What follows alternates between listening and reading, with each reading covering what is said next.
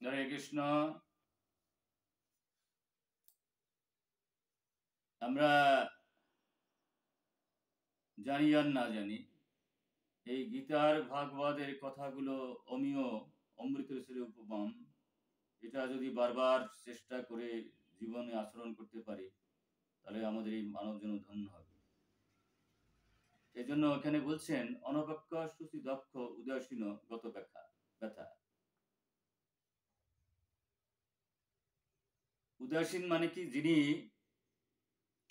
পক্ষ বিশেষ অবলম্বন করিয়া শত্রুতা বা মিত্রতা করেন না, সম্পূর্ণ পক্ষপাত শূন্য, তাকেই বলছে উদাসীন। বস্তুত অর্থে এই যে গীতার অমৃতময় বাণী, এর একটা দুটো শব্দ যদি হজম হয়, তাহলে কিন্তু আমাদের সমস্ত জ্বালার হাত থেকে রেহাই পেতে পারি। এবং এখানে কত চমৎকার কথা বলছে, গত ব্যথা। কাম ক্রোধিক রিপু শীত ইষ্টাদি দ্বন্দ্ব লোকের নিন্দা তিরস্কার ইত্যাদি কিছুতেই যার মনে পীড়া ব্যথা উৎপন্ন হয় না। যদি তাই হয়, কারণ বিষয়টা হচ্ছে এই, আপনার এই জগৎ সংসারে আমরা ডাইনে বা উত্তর পশ্চিমে যা দেখি, এগুলো তো অনেকটা স্বপ্নের মতো। সুতরাং এই যার জ্ঞানী হয়েছে, গীতা জ্ঞানী হয়েছে, যে ভাগবত জ্ঞানী আসছে, তার মধ্যে এই বিষয়গুলো কাজ করে না। তিনি জানেন যে এইসব নিন্দা প্রশংসা এগুলো গুণজাত, এবং তিনি জানেন এগুলো বাইরের বস্তু। সুতরাং বাইরের বস্তু দিয়ে আমাদের কি লাভ আছে?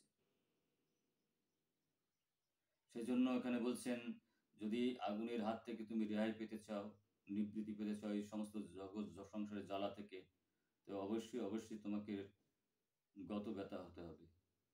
গত ব্যথা অর্থাৎ কাম ক্রোধী রিপু শীত উষ্ণদি দ্বন্দ্ব লোকের নিন্দা তিরস্কার ইত্যাদি কিছুতেই যার মনে পীড়া বা ব্যথা দেয় না। যার দেহত্ব বুদ্ধি নাই, যার আমি আমার ভাব নাই, তার এই ব্যথা লাগবে না। কারণ সে তো জানে যে আমি আত্মা। আত্মার তো এই সমস্ত কোনো ক্রিয়া, আত্মার এগুলো কিছু নাই। যার আত্মা বুদ্ধি আছে, সে বুঝতে পারে যে এগুলো বাইরের বস্তু, এখানে আমার কিছু ভাবনার নাই। সর্ব আরম্ভ করিতে, কি চমৎকার চমৎকার কথা বলছে। যদি আগুনের হাত থেকে রেহাই পেতে চায়, সে যদি আদিবরে দুর্লভ মানব জন্ম সার্থক করতে চায়, তাহলে এই শব্দগুলো আমাদের জীবনে আচরণ করা উচিত এবং মনে রাখা উচিত। ঐহিক পারর্থিক ফল কামনা করিয়া যে কর্মের উদ্যম, তাহাকে আরম্ভ বলে।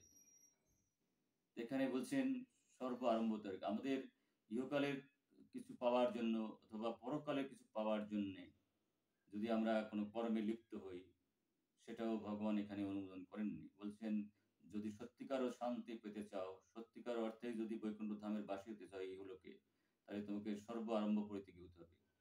তোমার কোনো কামনা থাকতে পারবে না, কারণ কামনা থাকলে তোমার দুঃখ আসবে। অর্থাৎ তুমি যা চাইবে তার অনেকেই পাইবে না, তখনই তোমার সংঘাত আরম্ভ হয়ে যাবে। আর যদি সাধারণ জ্ঞানের জন্য ভাবো এই কারণের জন্য আমার এটা আসেনি, তাহলে তার সঙ্গে তোমার দ্বন্দ্ব হবে, তার সঙ্গে কলহ আরম্ভ হয়ে যাবে। এই জন্য ভগবান বলছেন সর্ব আরম্ভ পরিত্যাগী। এইগুলাকের এবং পরলোকের কোনো কিছু পাওয়ার আকাঙ্ক্ষা করা যাবে না। তোমার শুধু কর্তব্য কর্ম করে যেতে হবে, কিন্তু ফলের আশা করা যাবে না। সুতরাং তোমার কর্মের অধিকার আছে, তোমার ফলের অধিকার নাই, সেটা এখানে বলছে। এবং সর্ব আরম্ভ পরিত্যাগী, তিনি ফল কামনা করিয়া কোনো কর্মানুষ্ঠান প্রবৃত্ত হন না। যিনি দায়িত্ব এবং কর্তব্য জ্ঞানী উনি করে থাকেন, এর থেকে কি পাবেন কি না পাবেন, সেই গীতা জ্ঞানী যার মধ্যে আছে তিনি করেন না। এই ভাবনা যদি থাকে, তাহলে কখনোই কলহ সৃষ্টি হবে না, কখনো আগুন জ্বলবে না পৃথিবীতে। সুতরাং এই গীতার কথাগুলো যদি আমরা যথার্থ অর্থেই জীবন দিয়ে আচরণ করতে পারি, তাহলে এই জগতেই বৈকুণ্ঠ ধাম পরিণত হয়ে যাবে। যথাপ্রাপ্ত কর্তব্য কর্ম নিষ্কাম ভাবে করিয়া থাকেন, তিনি সর্ব আরম্ভ পরিত্যাগী। সুতরাং এই যে গীতার একটা দুইটা শব্দ যদি আমাদের ভিতরে ঢোকে, তাহলে আর এই জগৎ সংসারে আমাদের কিছু দরকার হয় না। তাহলে জগৎ সংসারেই বৈকুণ্ঠ ধামে পরিণত হয়ে যায়। এখানে আরো ভাগবতম আরো চমৎকার করে বলছেন, আপনার 11 স্কন্ধের 14 অধ্যায়ের 16 নম্বর শ্লোকে কি চমৎকার কথা বলছেন। বলছেন যে আগুনের হাত থেকে যদি রেহাই করতে চাও জগৎ সংসারকে, তোমাকে, তোমার বন্ধু বান্ধবকে, জগৎ সংসার সমস্ত জীবকে, তাহলে ভাগবত বলছে নিরপেক্ষম। এখানে যুদ্ধ বিগ্রহ কলহ হয় ব্যক্তিগত বাসনা স্প্রিয়া থেকে। ব্যক্তিগত স্বার্থ সিদ্ধির জন্য যদি কোনো বাসনা স্প্রিয়া থাকে সেটা আত্মঘাতী কাজ, আত্ম ইন্দ্রিয় প্রীতিবাঞ্ছা তাকে বলে কাম। সেজন্যই ভগবান এখানে বলছেন নিরপেক্ষম, ব্যক্তিগত বাসনা রহিত হতে বলছেন। আত্ম ইন্দ্রিয় প্রীতিবাঞ্ছার গন্ধ থাকলেই আমি আমার ভাব চলে আসবে, আর কি হবে আত্মঘাতী কাজ শুরু হয়ে যাবে।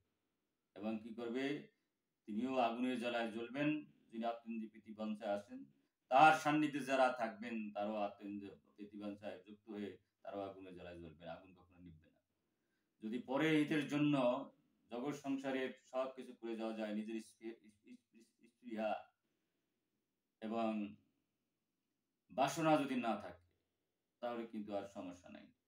তাই ভাগবত বলছেন নষ্ট প্রয়াস অবধ নিত্যম ভাগবত সেবা। আমরা যে ভাগবতের কথাগুলো প্রত্যেকদিন শ্রবণ করি, তাহলে ব্যক্তিগত আত্মেন্দ্রিয় প্রীতিবাঞ্ছার বাসনা নিয়ে, বাসনা যে ভোগ বাসনা, নিজকে কর্তা ভাবে যে ভোগ বাসনা, তার হাত থেকে এই করবো। এই জন্য এখানে ভগবান বলছেন নিরপেক্ষম। যদি এরকম হওয়া যায় তাহলে এখানেই বৈকুণ্ঠ ধামে পরিণত হতে পারে, এই জগৎ সংসারে এই বৈকুণ্ঠে পরিণত হয়ে যায়, যা হিজ ডিভাইন গ্রেস এক্সি ভক্তি বন্ধ প্রবোধ করে গেছেন সমস্ত বিশ্বব্যাপী।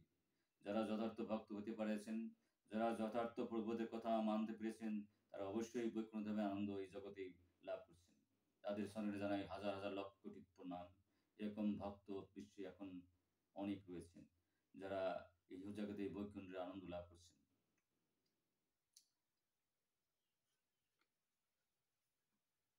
এখানে মুনিম কথাটার বলা হচ্ছে, আমরা যদি যে কোনো যারা সাধন করে ভজন করে তাদের যদি উদ্দেশ্য থাকে যে ভগবান লীলার সহায়তা করার, এবং সেই নিয়ে সেই চিন্তায় ব্যস্ত থাকে, ভগবান এখানে বলছেন তাদেরকে মুনি বলে বলা যাবে।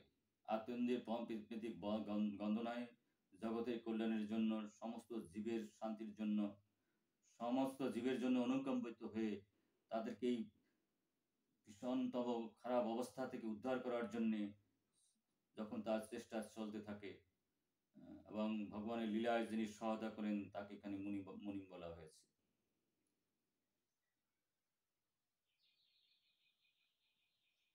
এখানে শান্তম বলেছেন, এবং সুখী থেকে সমাকৃত থাকতে হবে, সর্ব অবস্থায় শান্ত থাকতে হবে। আর নির্বৈবম, আমরা যদি এভাবে আমরা সাধন ভজন করি, অথবা প্রতিটি জীবের পক্ষে সম্ভব যদি গীতা জ্ঞানগুলো এগুলো জানা যায়, তাহলে ভাগবতের জ্ঞানগুলো জানা যায়। এখানে বলছে নির্বৈবম, কারো প্রতি শত্রুতা ভাবাপন্ন নয়। ভগবান বললেন এই সমস্ত আমরা ভগবানের ভালোবাসা চাই, ভালোবাসা পেতে চাই। ভগবান বলছেন যারা আমার লীলায় সহায়তা করবেন, যারা নিরপেক্ষ থাকবেন, তাদের কি করি, সেই সমস্ত মহান মহান আচার্যের কি করি, অনুব্রত আমি অনুসরণ করি। অহম আমি নিত্যম সর্বদা। কি চমৎকার কথা এখানে ভগবান বললেন। আমি শুদ্ধ হতে পারি। ভগবান এখানে কি করলেন, আমরা জগৎ সংসারকে বৈকুণ্ঠধাম পরিণত করতে পারি যদি এই গীতা ভাগবতের কথাগুলো জেনে মেনে চলি, তাহলে এখানে বৈকুণ্ঠধাম পরিণত হয়ে যায়। এবং ভগবান কি বলছেন, এই সমস্ত ভক্ত যারা হবেন, জীব, এই সমস্ত জীব যখন শুদ্ধ ভক্ত হয়ে যাবেন, ভগবান বলছেন আমি পবিত্র করার জন্য আমি শুদ্ধ হতে পারি, আমার মধ্যে অবস্থিত ব্রহ্মাণ্ড আমি শুদ্ধ করতে পারি।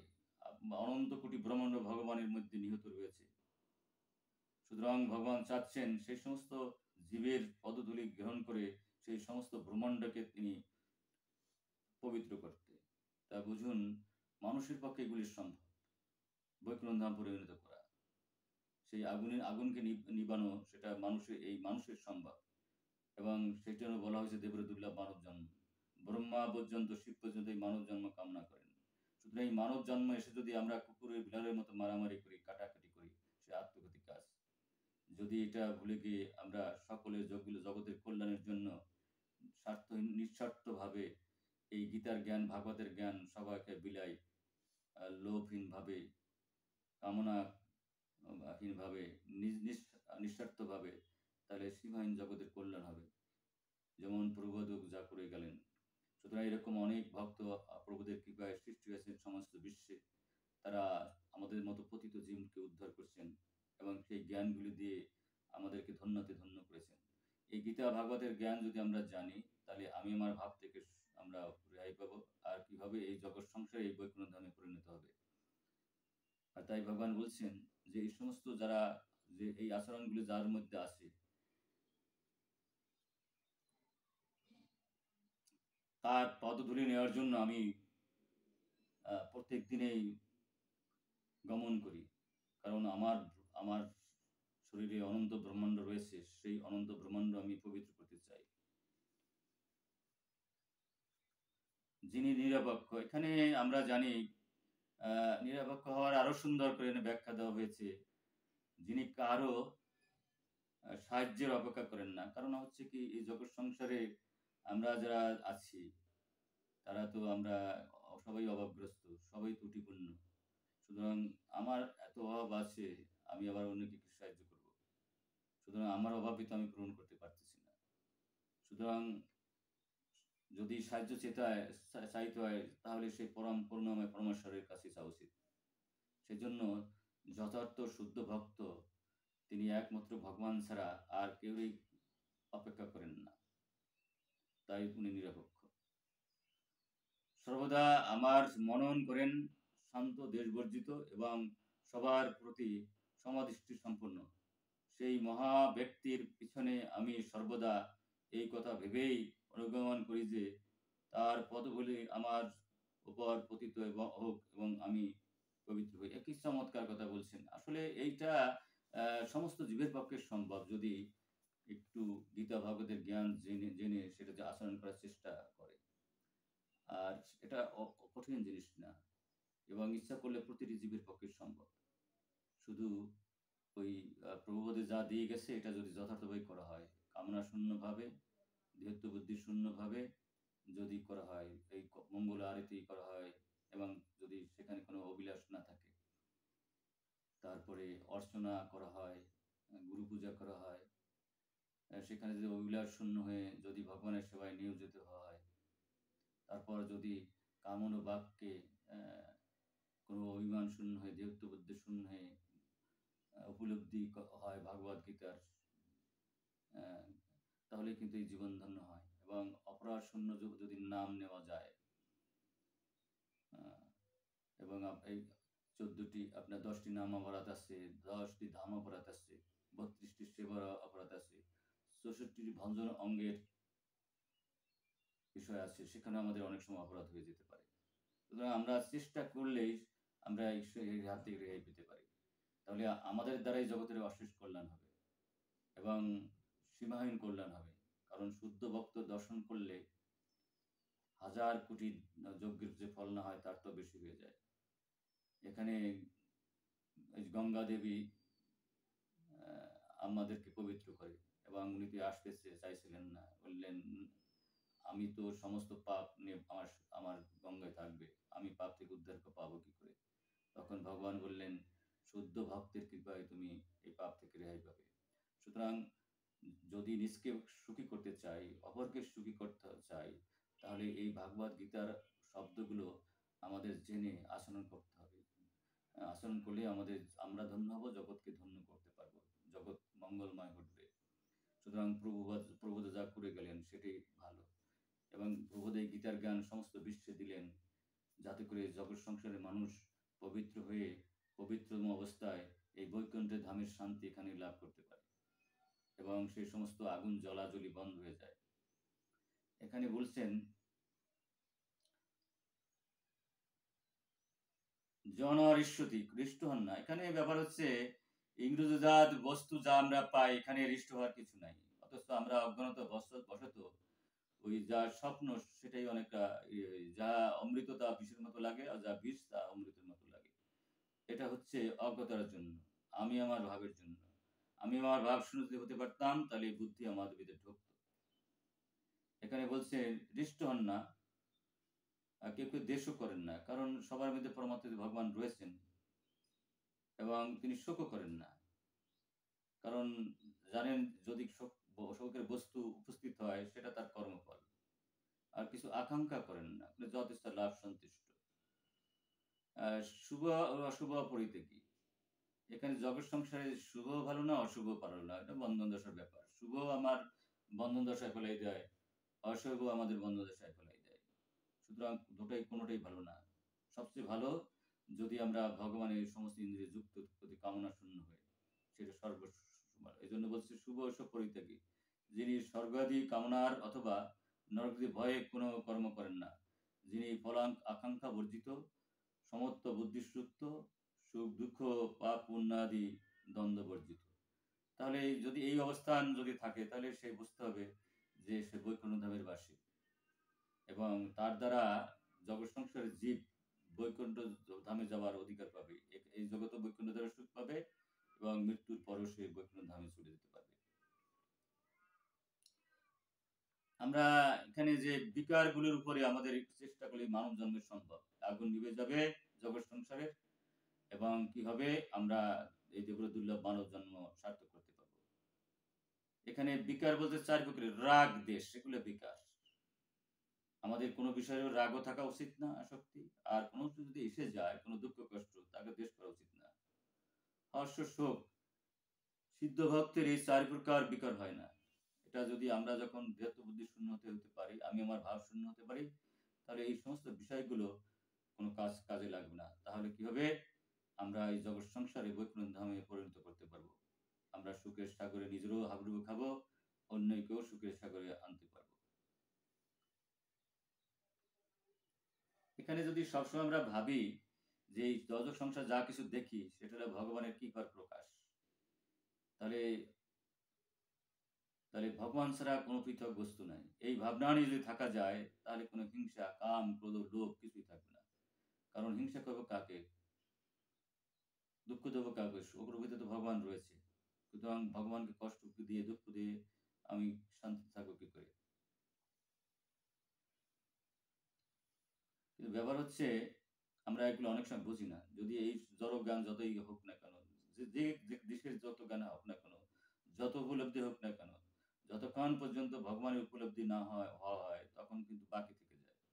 যে সহস্র সহস্র কোটি যদি রাত্রে বাতি জ্বালানো হয়, তাতে কিন্তু সূর্য দেখা যায় না, অন্ধকার রাত্রে।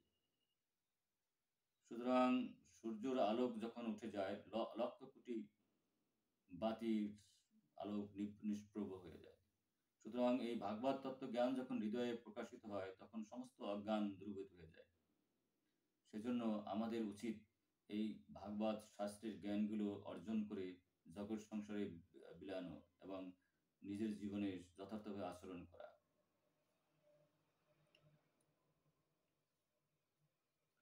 এখানে আমরা যে বিপদ করে থাকি, এই যে ধ্বংসলীলা করি, অশুভ কাজ কর্ম করি, এর এটা আত্মেন্দ্রিয় প্রীতির বাঞ্ছার জন্য হয়, আমি আমার ভাবের জন্য হয়। আমি আমার ভাব আসলে পরেই কাম, ক্রোধ, লোভ, মদ, মাশ্চর্য হাজির হয়। আর কি হয়, এই কাম ক্রোধের জন্যে, আত্মেন্দ্রিয় প্রীতি বাঞ্ছার জন্যেই বিষয়ের প্রতি আসক্তি হয়। আত্মেন্দ্রিয় প্রীতি বাঞ্ছা এটাই ছেড়ে দিতে হবে। যদি জগৎ সংসারে বৈকুণ্ঠ ধাম করতে পারি, অথবা নিজকে যদি পরম শান্তির অধিকারী করতে পারি, তাহলে এখানে বলছেন আসক্তি শূন্য হতে হবে। কারণ বাস্তবতা হলো কি, জগৎ সংসারে আমার ভাবতে যা ভাবি, তাতে মৃত্যুর সভা আমাকে কিনে নিয়ে যাবে। এখন আছে তখন নাই, কেন আসক্তি করতে হবে? দরকারটা একটা কি? কারণ অনন্ত ব্রহ্মাণ্ডের মালিক হলেও কিন্তু তারপরেও কিন্তু আমার আসক্তি যাবে না, যদি আমি সে কামনার সাগরে হাবুডুবু খেতে থাকি। অর্থাৎ ঘিয়ের মধ্যে, জ্বলন্ত আগুনের মধ্যে যতই ঘি ঢালি, আগুন কিন্তু নেবে না। সুতরাং কামনার শরীর দিয়ে শান্তি কখনো আসবে না। আমরা যদি কামনা শূন্য হতে পারি, আত্মেন্দ্রিয় প্রীতিবাসনা শূন্য হতে পারি, তাহলে কিন্তু আমরা এই দেবর দুর্লভ মানব জন্ম সার্থক হবে। আর আসক্তি হচ্ছে, কোনো কিছুর প্রতি আসক্তি রাখাই হচ্ছে আমাদের দুঃখের কারণ। সেটা অনেক সময় আমরা বুঝি না, বোঝার চেষ্টা করি না। আর যখন এই ভাবনা আসে, আত্মেন্দ্রিয় প্রীতিবাঞ্ছা আসে, তখন আমাদের সর্বনাশ, আমি আমার ভাব আসে, তখন আমরা সর্বনাশটা করে ফেলি।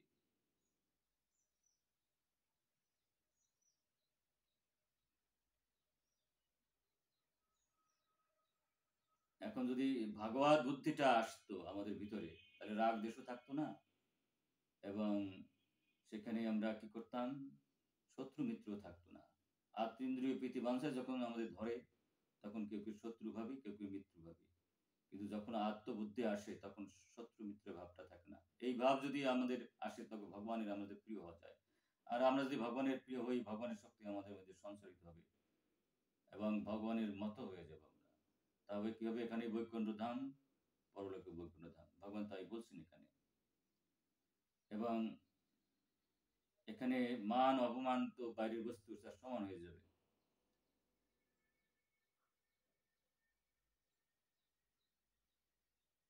এবং যদি এই ভাবনা থাকে, আত্মেন্দ্রিয় প্রীতির গন্ধ না থাকে, তাহলে নিজের দেহের প্রতিও কিন্তু আসক্তি থাকবে না।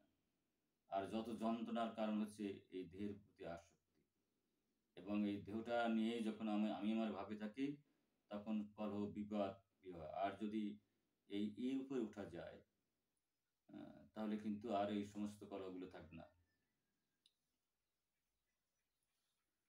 আর এখানে ভগবান বলছে শীত উষ্ণ, এগুলো হচ্ছে ইন্দ্রজাত সুখ ভোগের যে ব্যবস্থা, এগুলি বলছে। আর সঙ্গ বিবর্জিত ভগবান বলছেন, এই সঙ্গ বিবর্জিত তো আপনার অনেকগুলো ব্যাখ্যা আছে এখানে। এখানে আসক্তিও বলা হয়েছে, এবং সঙ্গের কথা, কেউ সাথে সংযোগের কথা বলা হয়েছে।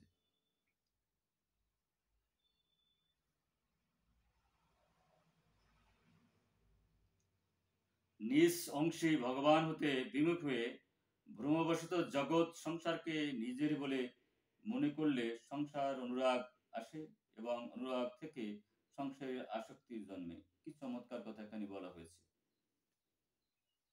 আমরা যদি আত্মেন্দ্রিয় প্রীতি বাঞ্ছায় ডুবি, গীতা ভাগবতের জ্ঞান না থাকে, ভগবানের সেবা থেকে আমরা না যোগী, তখন কিন্তু এই আসক্তি থেকে আর রেহাই নেই। বাড়ির পর আসক্তি, গাড়ির পর আসক্তি, কর্তৃত্বের উপর আসক্তি, একটার একবার থাকতেই হবে। আর কি করব, অসুর হয়ে যাব, আর এই জগৎ সংসারের দুঃখের কারণ হয়ে যাব। যদিও আপাত দৃষ্টিতে মনে হয় যে অনেক কিছু করে ফেললাম, কিন্তু দেখা যায় যে এর পরিণতি অত্যন্ত ভয়াবহ, এবং সেই ইতিহাস অনেক বড় বড় রাষ্ট্রনায়ককে ভোগ করতে হয়েছে। সেই ইতিহাস আপনারা অনেকেই জানেন। জগৎ সংসারের অনেক কিছু করার পরেও তাকে আত্মহত্যা করতে হয়েছে। সুতরাং এগুলার কারণ হচ্ছে কি, এই জগৎ সংসার আত্মেন্দ্রিয় প্রীতি বাঞ্ছার লাইনে থাকলে জগৎকেও খুশি করা যায় না, আর অন্যকেও খুশি করা যায় না। সুতরাং, এবং শেষ পর্যন্ত দেখা যায় নিজের মৃত্যু নিজের ডেকে নিয়ে আসে। এটা হলো আমার দুর্ভাগ্য আমাদের। এই জন্য বলছে সম শত্রু মিত্র ঈশ্বর। যদি ভাগবত বুদ্ধি আসে, যদি ভগবত বুদ্ধি আসে, সব জায়গায় ভগবান আছে, তাহলে শত্রু নাই, মিত্র নাই, মানো নাই, অপমান নাই, এগুলো বাইরের বস্তু। এবং পাও নাই, হারো নাই, শীতুষ্ণ সুখ দুঃখদা, সমসঙ্গ বিবর্জিত। কি চমৎকার কথা বলছেন। তুল্য নিন্দ স্তুতি মৌনি, সন্তোষজনক কেন চিত। এখানে অনেকত স্ত্রীর মধ্যে এক একটা শব্দ অনেক সুন্দর সুন্দর করে বলেছেন। লোকেরা নিজ স্বভাব অনুসারে ভক্তদের নিন্দা বা স্তুতি করে থাকে।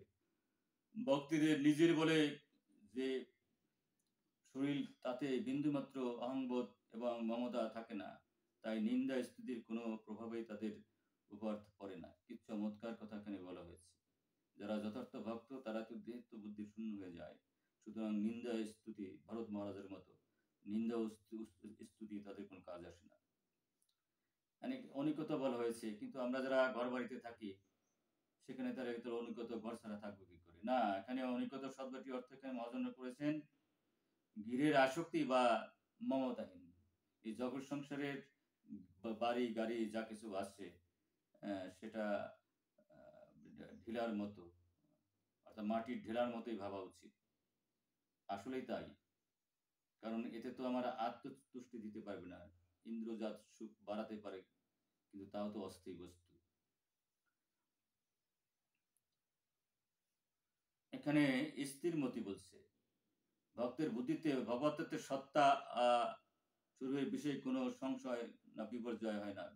এখানে যারা এগুলি জানতে পেরেছে, সংশয় আত্মা বিনশ্বতি, এই গীতা ভাগবতের কথাগুলো ভক্তের মনে এমনভাবে রেখাপাত করে, কোনো কুতর্ক আসলেও সেখান থেকে সে অবিচল থাকে। সুতরাং অবিচলিতভাবে আমরা যদি এই গীতা ভাগবতের জ্ঞানগুলো যথার্থভাবে নিজে আচরণ করি, অন্যকে আচরণ করতে বলি, তাহলে এই যে মহাবিপদ আমাদের আসে প্রতি মুহূর্তে মুহূর্তে, এই মহামারী, এই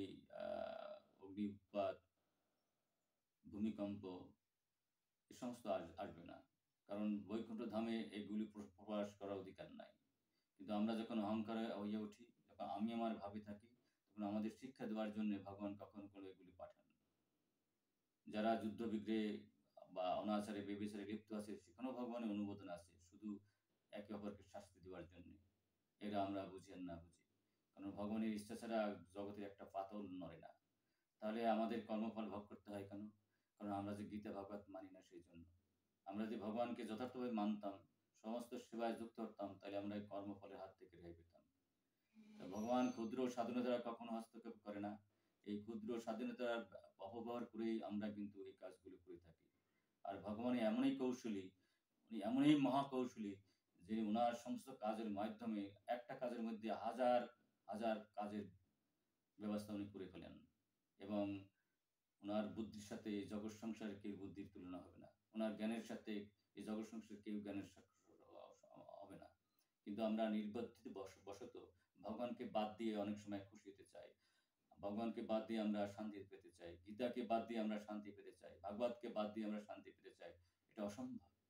আইন না মানলে যেমন সুন্দর নাগরিক হওয়া যায় না, এই ভগবান তো এমনি ছেড়ে দেননি। এই গীতা ভাগবত হচ্ছে ভগবানের আইন। আমরা যদি এইগুলো না মানি, আমি আমার ভাবের মধ্যে থাকি, তাহলে জগৎ সংসার কিন্তু আগুন জ্বলতেই থাকবে, কখনো নিবৃত হবে না। আমার ব্যক্তিগত জীবনে আগুন জ্বলবে, রাষ্ট্রীয় জীবনে আগুন জ্বলবে, সামাজিক জীবনে আগুন জ্বলবে। আগুন জ্বলবো না কোন জায়গা? যদি এই মহা আগুন থেকে রেহাই পেতে চাই, আমরা যদি সত্যিকার সুখী পেতে চাই, তাই গীতা ভাগবতের এই কথাগুলো আমাদের যথার্থভাবে মেনে জীবন দিয়ে আচরণ করতে হবে। আর আমরাই শুধু আচরণ করব না, আশেপাশে যারা আছে তাদেরকে অবশ্যই আমরা আচরণ করতে বলবো। তাতে জগতের অশেষ কল্যাণ হবে। এই জগৎকে যদি সত্যিকার অর্থে শান্তিময় করা যেতে হয়, বৈকুণ্ঠ ধাম করতে হয়, তাহলে এই ভগবানের আইনগুলো মানতে হবে। আর দেশের আইনও মানতে হবে, কারণ সব দেশের আইন যদি না মানে, তার তো দণ্ডিত হবে। এবং এই দেশের আইনের হয়তো পরিবর্তন ঘটে, কিন্তু এই ভাগবত আইন, গীতার আইন কখনো পরিবর্তন ঘটে না। সুতরাং যথার্থ শান্তি যদি পেতে চাই, অনাবিল শান্তি যদি পেতে চাই, অখণ্ড যদি শান্তি পেতে চাই, এই আগুন জ্বলাজ্বলির হিংসাহিংসি কাম কত লোভের মধ্যে যদি রেহাই পেতে চাই, তাহলে প্রতিনিয়ত এই গীতার ভাগবতের কথাগুলো আমাদের জানতে হবে এবং মানার চেষ্টা করতে হবে। হয়তো একদিন আমরা পাবো না, সম্ভব না। বারবার চেষ্টা করতে করতে করতে করতে একদিন আমরা রাজি হব। এই ভক্তি জীবনটা সেই কলা গাছে ওঠার মতো। আর সেই কলা গাছে যদি তেল মেখে দেওয়া হয়, তা তো আরো কঠিন অবস্থা। সুতরাং এই ভক্তি জীবনটাকে আমরা সেভাবেই আমরা জেনে রাখবো, কারণ এটা একদিনে আমাদের সম্ভব না ওইখানে পৌঁছানো। তবু আমাদের চেষ্টার ত্রুটি থাকা যাবে না। ভগবান ওই চেষ্টাটুকু লক্ষ্য রাখেন, আমরা চেষ্টা করছি কিনা, এবং চেষ্টা করতে করতে ভগবানের কৃপায় একদিন ওখানে পৌঁছে যেতে পারবো। সুতরাং আমাদের উচিত ওই আত্মেন্দ্রিয় প্রীতিবাঞ্ছার দূরে থেকে কৃষ্ণেন্দ্রিয় প্রীতিবাঞ্ছার মধ্যে চিন্তা ভাবনা করে গীতা ভাগবত জেনে, শাস্ত্র জেনে চলা, এবং সেই মতো মানুষের সাথে ব্যবহার করা, এবং এই জগৎ সংসারে যদি আমরা সেটা করি, অবশ্যই অবশ্যই আমাদের এই দেহরদুল্লাহ মানব জন্ম সার্থক হবে। অন্যও আমাদের দ্বারা খুশি হবে, আমরাও অবশ্যই খুশি হব, এবং আমরা পরম আনন্দে আনন্দিত হব। এবং এই জগৎ সংসারে যত হিংসা, যত জ্বলাজ্বলি পোড়াপুরি, যত যুদ্ধ বিগ্রহ, যত মহামারী, সব বন্ধ হয়ে যাবে যদি আমরা আত্মেন্দ্রিয় প্রীতিবাঞ্ছার দূরে থাকি, ভগবানের সেবায় যদি নিয়োজিত থাকি। সুতরাং আসুন আমরা গীতা ভাগবতের আলোকে জীবন আলোকিত করি এবং অন্যকে আলোকিত করাই। আমিও ধন্য হই, অন্যকে ধন্য করি। জয় শ্রীকৃষ্ণ চৈতন্য প্রভু নিত্যানন্দ, শ্রী অদ্বৈত গদাধর শিবাসাদি গৌর ভক্তবৃন্দ। হরে কৃষ্ণ কৃষ্ণ কৃষ্ণ হরে হরে, হরে রাম রাম রাম হরে। জয় গদ জয় নিতাই। জানতে অজান্তে কোনো অপরাধের ক্ষমা সুন্দর সুখে দেখবেন। সকলার ইহকাল পরকালে জয়।